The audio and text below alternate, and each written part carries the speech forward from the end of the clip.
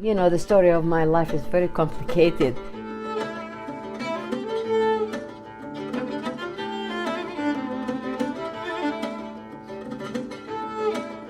My name is Najat Arafat Khelil. My father's name is Tawfiq Ahmed Arafat. My mother's name is Shuhra Saeed Arafat. I was born in Nablus, Palestine. Well, I'm the youngest of 11 children.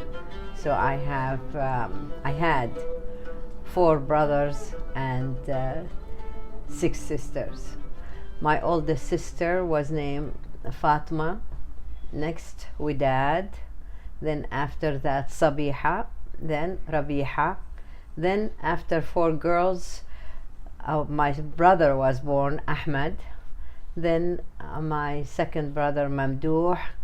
Then a sister, Zahira. Then a brother, Hani.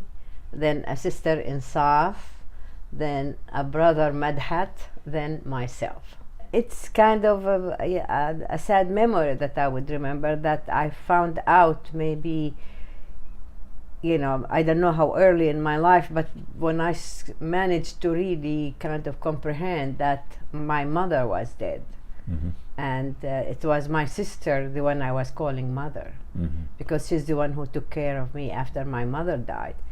And that was really a big, you know, kind of pain for me, that mm-hmm. I think I'm still living with it until now. My mother died 6 months after my birth. Mm-hmm. So I never got to know her. 6 months after my mother gave birth to me, my sister, who was, you know, like her sister, because my mother got married very young, had her child. And she caught, you know, fever after birth and was very weak. Mm-hmm. And 15 days after she gave birth, she died. Mm-hmm. And during the time she was sick, my mother was with her at the hospital. So she had, you know, and she just gave birth to me. So she was something.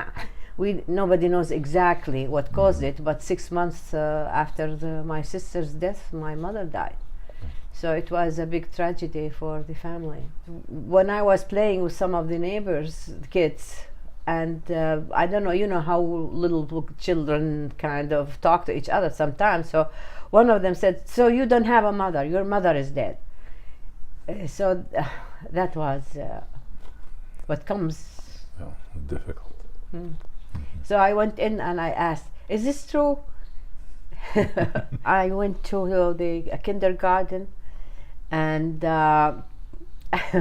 one of those days, you know, we used to walk it, you know, and in those days it was safe to walk and go by mm-hmm. myself. And while I was walking, you know, like one of the days, this I remember well, I don't know, there was somebody, I guess, you know how in those days they would have a monkey having him dancing or whatever. I mean, there was some kind of attraction, and I stood there watching it, and I was like almost an hour late to get to school, you know. And to me it meant nothing. By then they already sent a message, you know, what happened to Najat? She never came to school, and they were searching for me, thinking, you know, I got lost or something.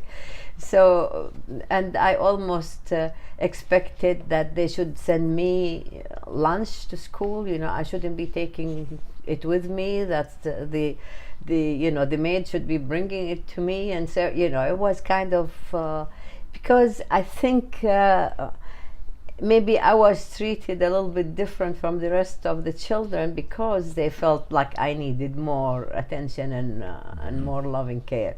So there were things done for me more than might have been mm-hmm. done for my other siblings. So I remember my first grade teacher very, mm-hmm. very much, which was actually a relative of ours too. Her name is Miss Fatma Hashim. Mm-hmm. And she's the one, what happened, you know, because I was the youngest in the family, I was, you know, going to my brother, "Please teach me what you're taking in school. Please teach me," because I was the only one who's not having a homework and who's not studying. And I would stick to my brother, especially who was 3 years older, to, you know, to tell me some of his. So I became, she took me, they would not register me in school because I was too young, you know, the age was, I think, 7, and I was less than 6. So she took me as just listener to be in class, and I ended up getting the highest grades in her exams because she included me. So they put me up. So I was registered in the second grade rather than the first grade was just like a, pass by. So you skipped. I skipped. I skipped the rest of the first grade, and I entered into the second grade. My best friend at the time was, her name was Ibtisam Qamhawi. Mm-hmm. We kind of kept for a while, but then everyone went our way, and some of my next door, the neighbors, Ghada Hanbali, Nasira Hanbali, so some of my neighbors, and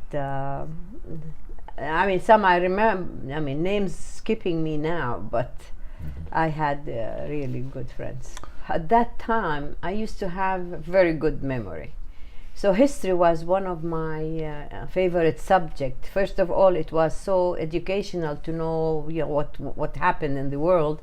Second, I was fascinated with remembering dates of happenings, and I could just go ahead and do them just like nothing. And everybody, how did you remember all these dates? I don't know. I remember them. And it wasn't like I used to study. For me, my strength was my memory.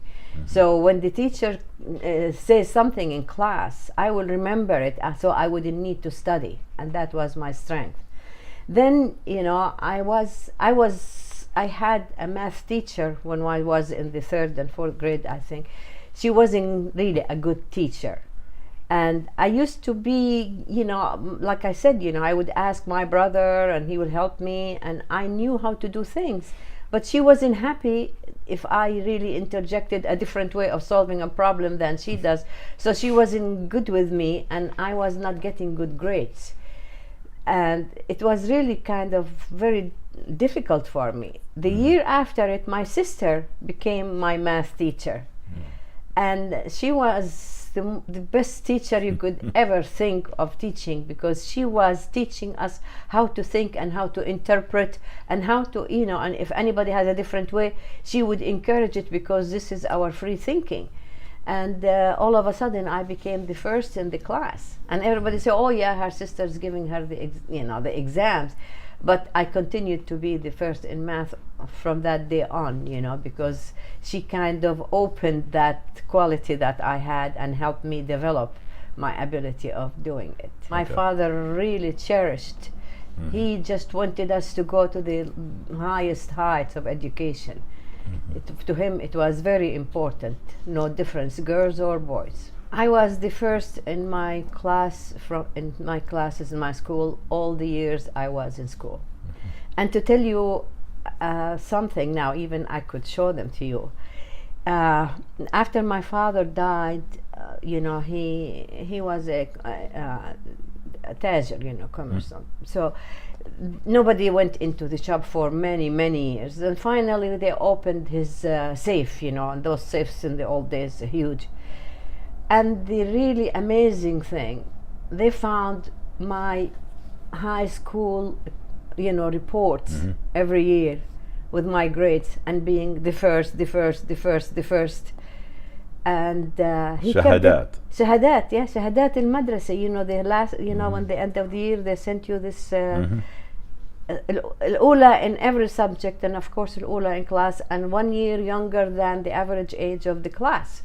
And he had kept them in his safe, which really, he had kept in his safe even my letters to him when I was studying in Egypt.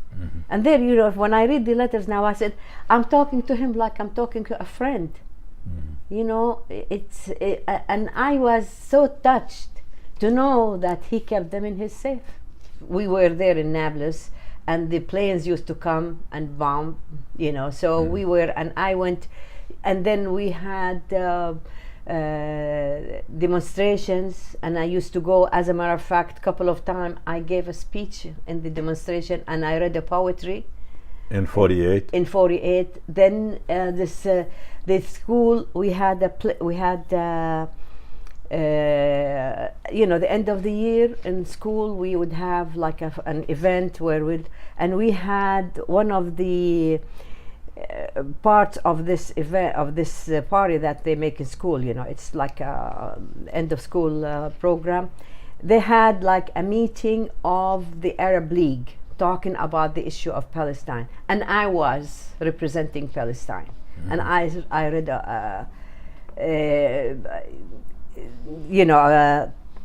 read the poem about Palestine. It's called like فلسطين ويا صرخة الثائرين على الظلم حين طغى واستدب ويا غضبة رددتها العهود لتعرف صهيون كيف الغضب حملت اللواء على كتفيك خضيبا وقلت حذار الهرب ففي سبيلك كل غال وثقي أن النصر للعرب.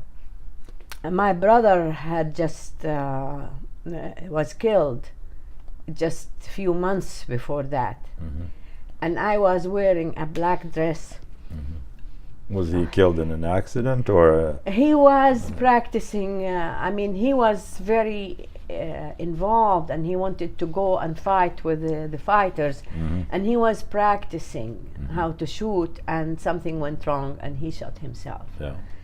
And the school uniform was white shirt with navy blue or dark blue, tanura, whatever they call, mariul. Yeah. I was the only one who's wearing a full dark this, and and then when I said ففي سبيلك كل غال, it meant much more to me. Yes. Did you see anything about refugees coming through? Oh yeah, okay. of Tell us a little bit about what you saw. Oh, it was. And how that was. It was so painful to go to the mosques and see how they have, the scene I see in my head right now. How in the mosque they have like ropes stretching from one wall to the other, crisscross, and having blankets or sheets dividing them into like rooms for different families to be in one, like enclosed area.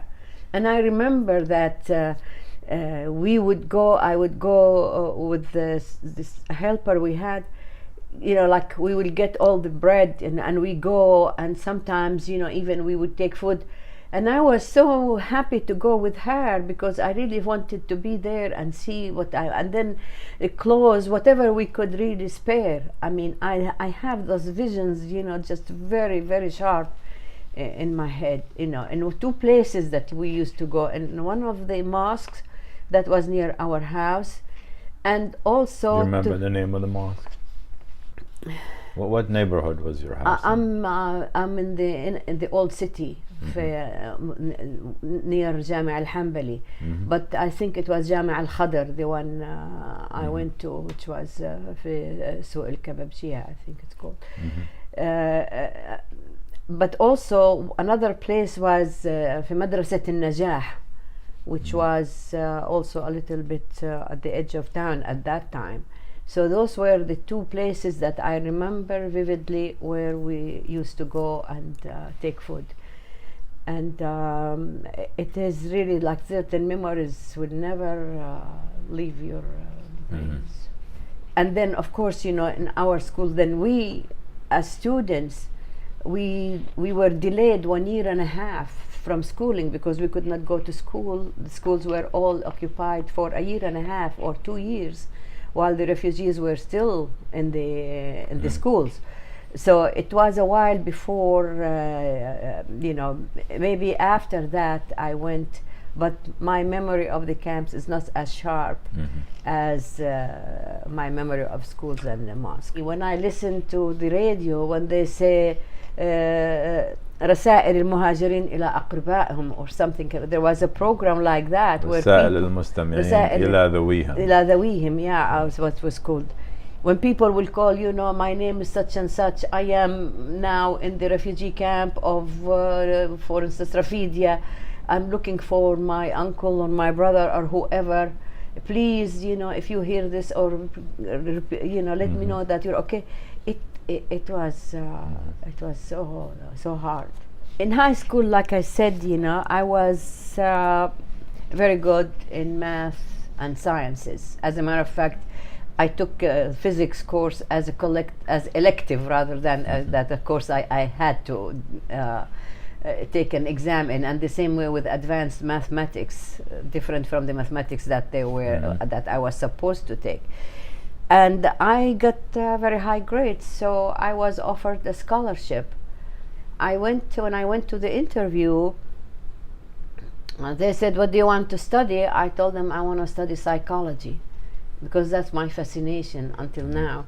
So they told me, psychology, you read it at home in your free time. But I want you to come back. We want you to come back and to be a teacher. And you are good in sciences and math, so you go and study math. So I had no choice, because otherwise I would not have been able to go to college. Especially, I had my sister who was older than me, and she was the first actually in the kingdom with the matriculation exam. And she wanted to study medicine. First she went on a scholarship, then when she shifted to study medicine, they cut her scholarship. Plus I have a brother who was also in college, and that was all in Egypt, because there was no university at the time in Jordan or Palestine. So which university did they offer you? There, I went to Cairo University. Yeah. So you studied math. I started with math, then I liked physics more. And but you could keep, I got, my baccalaureate in math, in physics and mathematics. It was the days of Jamal Abdel Nasser, so it was, I mean, it was not the crowdness you'd see now, it wasn't that much poverty. I mean, I never heard, I was living in a room, and I mean, a Beit Talibat, which is run by a Egyptian women organization, and a very simple life. I mean, I never thought of anybody complaining about anything. At least because I was from the house to the school and back, so I really, all the people I knew are my colleagues and classmates or schoolmates. So I was not really aware if anything going on otherwise, but there were no demonstration, no complaints. Those were the years when I was there. The first year I went, that was when the 56 war, when they went for the canal, and I went to a training for I don't know what you call it. I learned how to shoot. I learned how to do, going through all these hurdles. That if I, how to walk on my knees and elbows, how to climb walls. So we went into a very rigorous course to learn how to defend. So, and we were so happy to be part of it. And everybody was really, that's all we were doing then, listening to the news, and very happy with what happened after that in 56. I started teaching physics at the high school Zain Sharaf Amman. And I taught physics there, and then for 1 year, then another year I taught at Teachers Training College in Ramallah. Do you remember any other teachers there? Of course, there was my relative, Afaf Arafat, there was Labiba Salah, there was another Salah, who I forgot her name now, just to teach English. Actually, her husband became the ambassador of Jordan here to the UN. I can't remember. Anyway, so those are, and Abdo, Amal Abdo. After that, I got a Fulbright scholarship to come to the United States to do a master's degree. They just sent me just like blindly to Ohio State University. So that's what I came to Ohio State University. Anyone who gets a scholarship has to have a contract with the government. you know, that you have to come back and do Mm-hmm. the studies, which I did, you know, but the scholarship was for 1 year. And they said, and in the contract it says to study masters in science, in physics. Mm-hmm. Okay, I mean, like, then when I got started, then after a year said, that's it, you know, the year is over. I told them, okay, but, you know, I have, you don't make a master's degree in nuclear physics in 1 year. Mm-hmm. They said, okay, well, it's not our, you know, you change, you do your master's degree in methods of teaching physics, because we want you to come back as a teacher at the teachers training college. Mm-hmm. I told them, you know, you're not, there were no universities then in Jordan. Mm-hmm. I told them, don't you have any dreams of ever having a university? What I cannot teach with a master's of education, physics, at a level, a university level. You have to think forward, you know, that you're going to be needing people specializing in science. They said, no, we can't, so they cut my scholarship. And after that, you know, I really had to do odd jobs and to really kind of almost beg to get through until I got my master's degree. And I had to pay them back whatever money they paid for me during that year. So. I got also my master's in nuclear physics. Mm-hmm. And I was the only female from the first class I took till the day I graduated. And they gave me the hardest time because I don't know, they didn't believe that I'm serious enough to be wanting to study nuclear physics. As a woman, as a foreigner, as a Palestinian, and by then the name Arafat that started to be known because it was 1962-63. So I was given the hardest time because to do the research I was doing. I was doing an experimental, you know, research for my master's. So they would give me the oddest time to be able to use the lab. They want me to have a progress report every 2 weeks. So they were, and then one time they met with me and says, why do you want to study physics? I told them if I came here a few thousand miles leaving my family to catch a husband, that's not the department I would have gone to. I would have somewhere where there are more, you know, cute men or whatever. But here, because I'm sincere, I want to study physics. So don't bug me anymore. I came in September 1962 to Columbus, Ohio. And the atmosphere, I mean, I lived 2 years in there, or almost 3 years.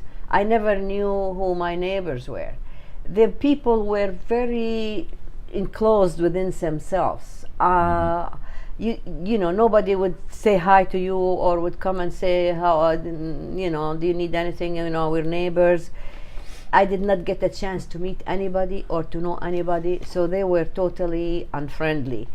Plus the cold weather there, and like 3 months of the year, snow there, and that was our first encounter with snow. So the only female or the only person I really got to know was the secretary of that works at the lab, you know, and I could talk to her. And of course 2 or 3 from the students who were working with me, you know, because we were like there were 3 on the same lab, like 3 students working on PhD and 7 on masters. And we were all using the same, you know, reactor to be doing our experiment. So those were the only ones. But in classes, I had the hardest time because, I mean, I'm the only female, and sometimes you want to discuss some of this material. So, you know, first of all, you know, I mean, it's so funny. When I used to go to class, because I was worried about hearing the American dialect from the teachers, the professor, so I would sit in the front row, and I'll be the only one. And then I say maybe they don't like to sit, so I would look in the back and see which row was the busiest. I mean, there were no more maybe than 15, 18 students. So I started sitting 3 rows back. So I tried it many times. Whatever row I sit in, it will be empty. Then I went to one. I told him, "Would you please? Do you have time that we discuss the homework together?" "Oh no, I haven't done it yet." I did. Then I said, "Well, forget it. I'm gonna show them what I can do." So I really went berserk studying and really good.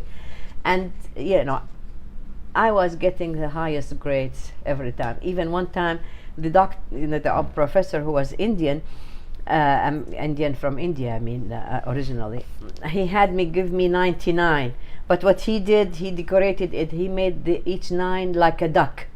9, the 9 is the duck. And he would come and say, "Once again, our only female got the highest grade." So, but after then, they started coming asking me. So it just, the whole time I was studying, it's the pressure on me to prove myself, to prove that I am there because I want to be. While I went to Ohio, I got married. I met my husband and we got married, and we were planning, he got his master's too in petroleum engineering, and we were planning to go back.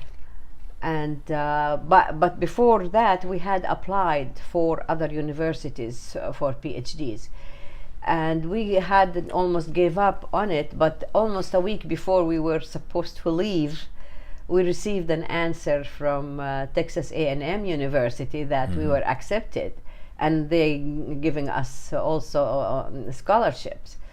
So of course we went and spent 6 months with the families, introduced him to my family, introduced me to his family, and came back and went to Texas A&M for our PhDs. For my husband, within less than 2 years, he got his PhD. With me, I started the PhD program with him. He got the PhD, I got the baby. So I had to put my work on hold for my PhD to take care of our son. And my husband, Texas A&M was in Denton, a small town south of Dallas, and it's actually a university town. And he started working in Dallas. So that was very difficult, for us. I was done with everything myself. All I had left for me was just to do the research. And I had started, doing it with they had a new beautiful machine, the cyclotron. So it was really a wonderful, lab. But it was too difficult for us to commute, and with a 1-year-old son, it was very hard because I took 1 year off and then continued after. So I had to move from Texas A&M to go to another university, and I went to North Texas State University, which is in a city about just 30 miles north of Dallas. And again, it was not an easy situation because we were living in Dallas. I commute, I take care of the baby, take him to the nursery, then drive 30 miles to Denton, do my work, go back home for dinner and taking care of the baby. Sometimes I would go back at night to do research. So it was kind of very, very difficult for me. But eventually we decided to move to Denton, so I'll be closer myself to my university. And it took me much longer than it took my husband to get my PhD, but I was adamant at having it, and because either you have it or you don't get a half PhD. You remember what your PhD thesis was on? Yeah, it was when that the atom has a nucleus, and the nucleus has the protons, and the electrons revolve around the nucleus. So if the nucleus the atom got excited, some of the electrons around the nucleus would jump to a higher orbit, and that will be the situation of being excited. Then it will drop down back to its original orbit. When it goes down from like the L shell to K shell, it emits a characteristic X-ray, not an X-ray like the one we take at the doctor. This is called characteristic X-ray. And when you measure that X-ray, it will give you what this element is. It's very characteristic for each element. For instance, if you're putting it's in a potassium atom, it will be different from a carbon atom. If you would get part of chicken liver, for instance, and bombard it with electrons, then you get the characteristic X-ray. You could know what are some elements in the feed that the chicken is eating that could be this. You could do it for pollution. Pollution. We used to go to lakes there and take samples of water from different locations to see, and have them as targets to see what are the pollutants, what kind of elements. And when I did them, I did it for 12 elements, and it was those elements the first time that measurement is taken. So my name was, for a while, I know by now somebody else did better because different equipment, but my name was on those elements. My dissertation was published in the top Physical Review, which is the top publication of physics. By then my husband had left and started working in Algeria, because he's petroleum engineer, PhD, was working with an American company that was doing business in Algeria, and he felt, why should I help my country through another company? So he resigned from the company he was working with in the United States and went to work for the Algerian oil company. And he took my son with him. So that was, like a period of my life was really devastating. Anyway, so the day I finished, even now sometimes I think about it. I said, how in the world did I go back to attend my graduation? I was like the first woman in the state of Texas to get such a degree. And they mentioned that, because when you graduate for a PhD, especially, it's a small number, they would write something about the person. And I mean, to me, I wanted to be back with my husband and my son, and I didn't care about going back, because I left before the date of the graduation, and I did not go back to be there. I mean, it didn't mean much to me more than being back with my son and my husband. But it was written about me in the newspapers there, being the first woman in the state of Texas. But when I went to Algeria, that was a whole different story, because I'm talking about now 1974. Then, I mean, there is, at least it still exists, like a nuclear research center there. But the point is, everything was in French. And for me, although I used to know French, but for me, the first time I went to Algeria in '65, I had a shock, because in '65 nobody spoke a word of Arabic. That's it. It was all French. Although I understood French and I knew, but for me, thinking of Algeria and how we were, supporting and happy for the independence. And I felt, oh my God, I thought of me going to Nablus and hearing people speaking Hebrew. So I got a shock, and I rejected the language. I didn't want to learn it. I didn't want to do anything about it. But I started teaching at the university, but by then they were Arabizing. They had Arabized the high school. So there was a division in the university teaching courses in Arabic. So I was teaching nuclear physics in Arabic, and I was spending all my time translating, because there wasn't any book or any reference in Arabic. So I would sit and translate whatever I'm teaching, write it on stencil, making copy of it. No secretaries, nobody could help you. So I'll write it on the stencil and then go to the machine and make copies to give to the students, and also to give them like homeworks and all the work. I was doing it this way. Would go to the research center, and I wanted, science is science, I had to pass, actually for my PhD, I had to pass an exam in French, because they would require you to understand physics in 2 languages. So I studied German for a little while to pass the exam, and I passed the exam in French. So at least, like in science, it's not that difficult. But they were very, first of all, they rejected me, to tell you the truth. 3 reasons. First of all, I'm a woman. I'm talking about 74. Second, Middle Eastern, Sharqiya. Third, educated in America. To them, the American PhD was not equivalent to doctorat d'état, the French one. And they considered it like similar to their troisième cycle, which is troisième cycle, almost a master's degree.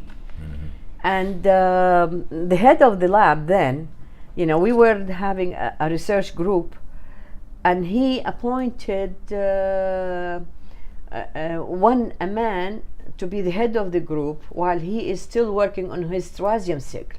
So I went to him, I told him, I'm the one with the highest degree in the group. Why wouldn't I be the head of the group? He said, because men here don't like to take orders from women. I told him when they gave me a PhD, they didn't give me a PhD for a woman. I got one really very well deserved. And as a matter of fact, in the qualifying exam, I had the highest grades. Because, all the time I told you, I worked so hard. I wanted to prove to everybody that I am no less than any one of them. So it was like a battle from the beginning. 1980, we came back here, and of course, we came back here. My husband got a job with the World Bank. So having a job with the World Bank, which means we are all on a visa, although our son was born here, but he was still young. So we are on G4 visa, which doesn't allow you to work. If you want to work, you have to get a permit from the State Department. So I applied everywhere for a job. So anytime, when someone looks at my resume and ask you if you are a citizen or resident, and I say on the G4 visa, they're not hiring me to be like a bookkeeper, they want someone to know what they're talking about, and to be steady, assume I'm on a visa, assume in 1 year they rejected the visa, or I couldn't, so I was not able to get any job. So what I did, there's a research center here in Gaithersburg, Maryland. It's National Bureau of Standards.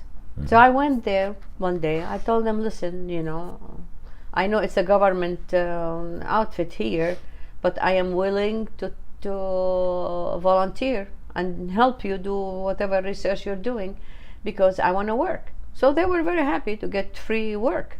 So I did this as a guest researcher for a whole year at the National Bureau of Standards.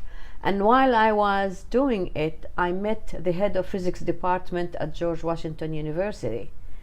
And I got to know him, he got to know me, so he hired me, because, that was on a personal level, and he knew. But to be able to get the job, I had to get permission from the State Department that I am not taking the job of anybody else, so I had to do that. And I did teach there for about 2.5 years. And then I got so much involved with the, what am I going to call it, political activism, whatever, to the point I decided I don't want to continue. There I was doing demonstration, attending conferences everywhere, representing the Arab Women's Council. So I felt like I am not being honest to my students by not being there so many times and having a substitute doing. So I told them, that's it, no need to renew my teaching agreement, and I want to be an activist. So And from there on, that's all I've done from the 83. Actually, I taught a little bit at Cairo University in North Carolina, because they promised me if I would teach there, they will apply for me for the green card. Then it wasn't possible. So what do you think your contribution to Palestine has been? I don't know. I mean, my doing. Everything I felt I can do, I did. I got the name out. One of the things that I consider one of my big achievements, I would think, which also, it's nothing maybe for others.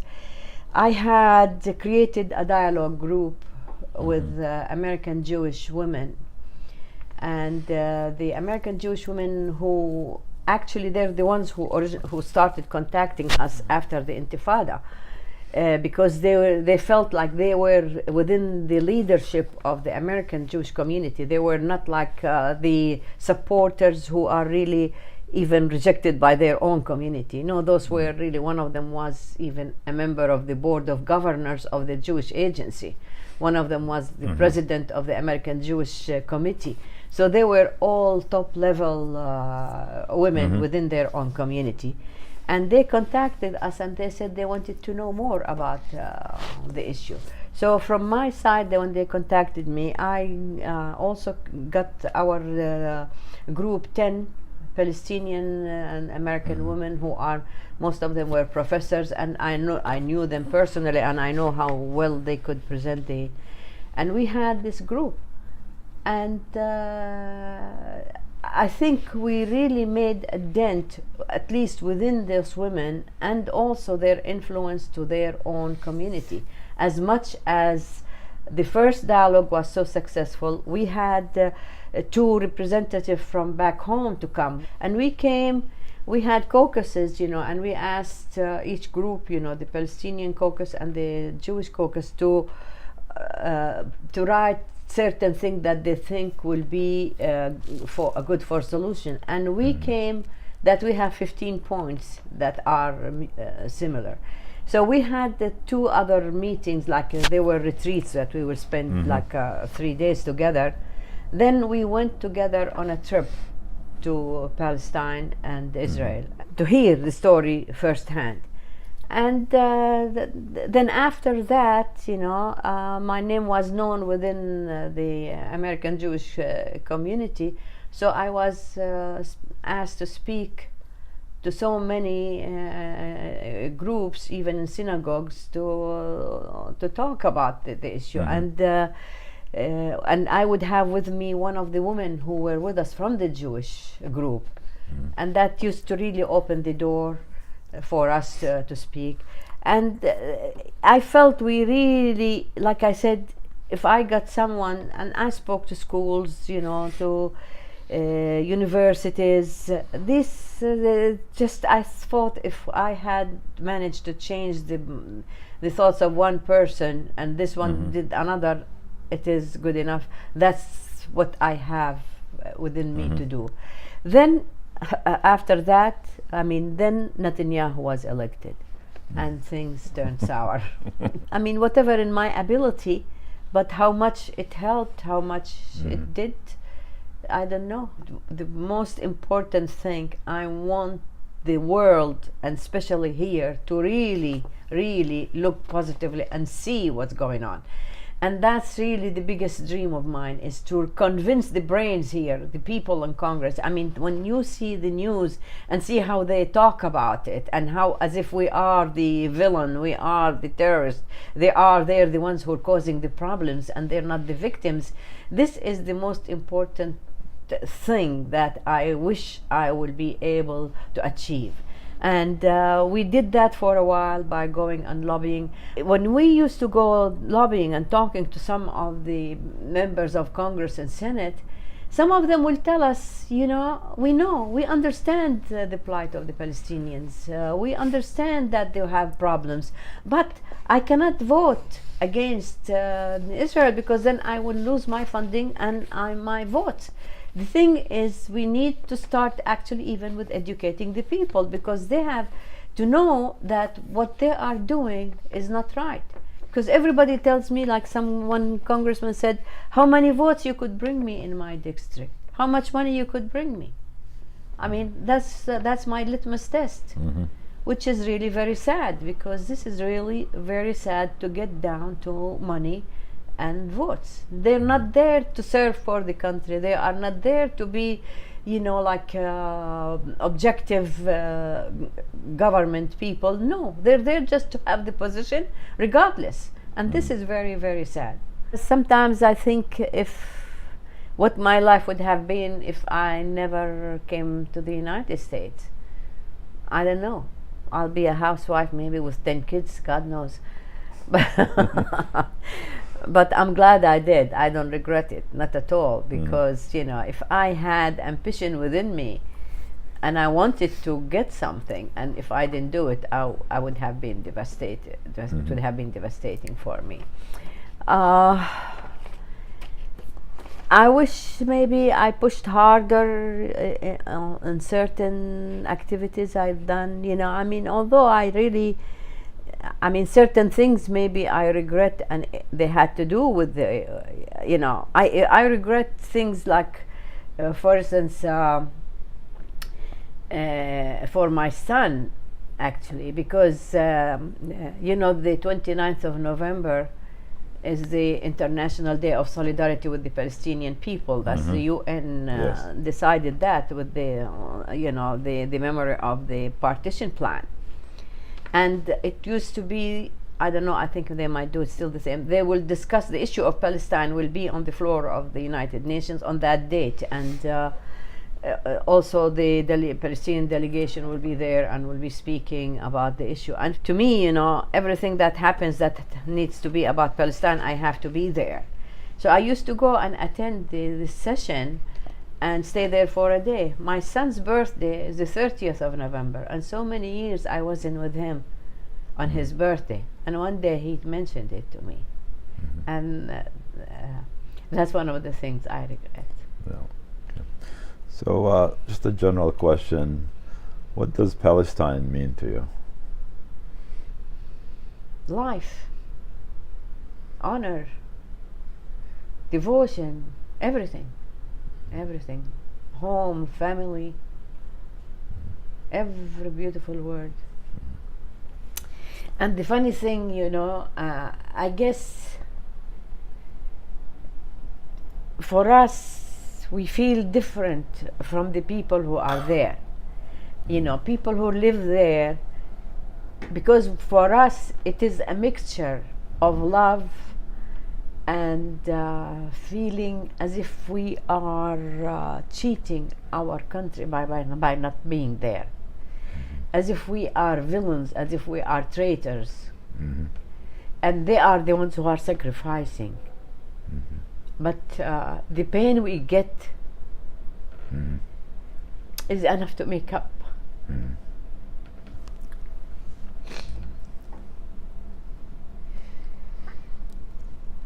But some of us, like for me, I wasn't able to go back. Like I say, it wasn't by choice, because I wasn't there at the time, and I hate to do that. What? I was talking with my children, and I guess my son was kind of upset, and he was saying, so many times that I miss occasions for them. And he said, that's it, I don't care, I want to die. And I told him, so I said, okay, let's make a joke. Okay, what do you want each one of you for me to write on my, head tomb? So my younger son, who was like about maybe 11 then, he said, Mom, I'm going to write on your tomb, your grave, don't bother me, I'm on the phone.